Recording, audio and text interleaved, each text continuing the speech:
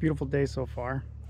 It's about noon, so we decided to roll back to camp and get some food, shed some clothes because it's really warming up.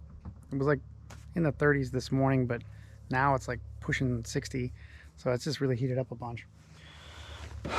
Just to save time, because we kind of want to get back out over and start glassing around and looking for moose and everything. We decided to eat basically like a cold lunch.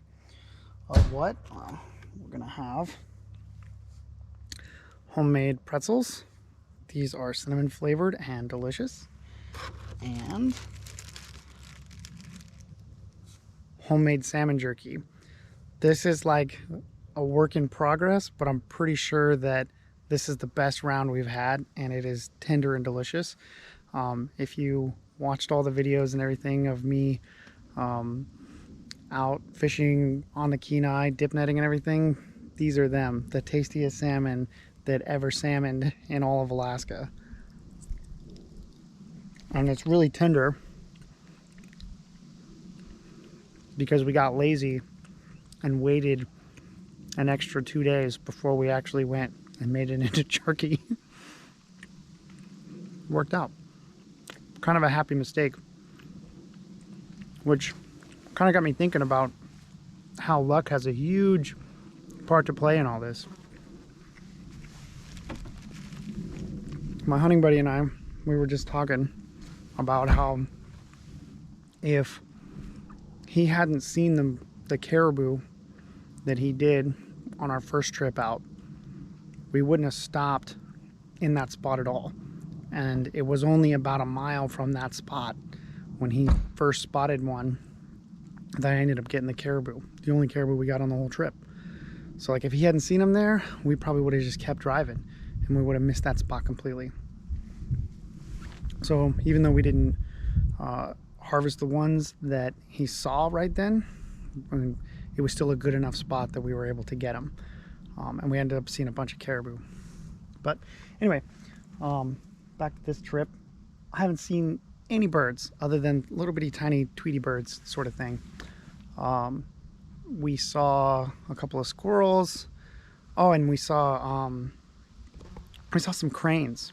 They were just gorgeous. These huge cranes.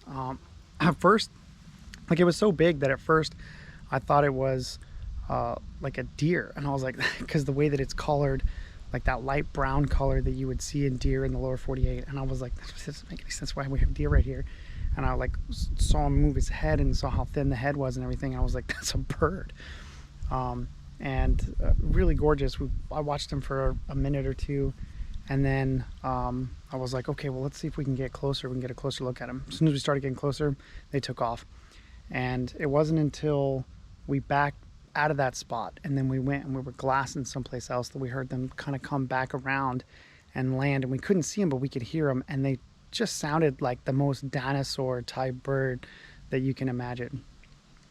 I mean, it was really cool. They were really cool birds to see and everything.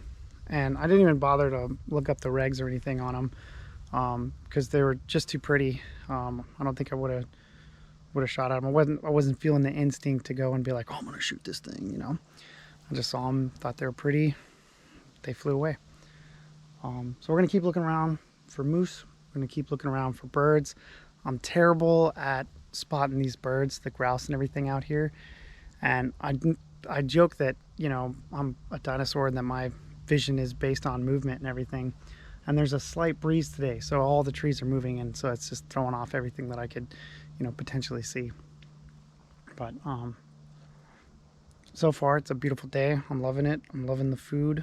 I've got homemade pretzels and homemade salmon jerky, so I'm gonna get to my lunch. Wish me luck that we at least see some birds and I'm able to bring something home.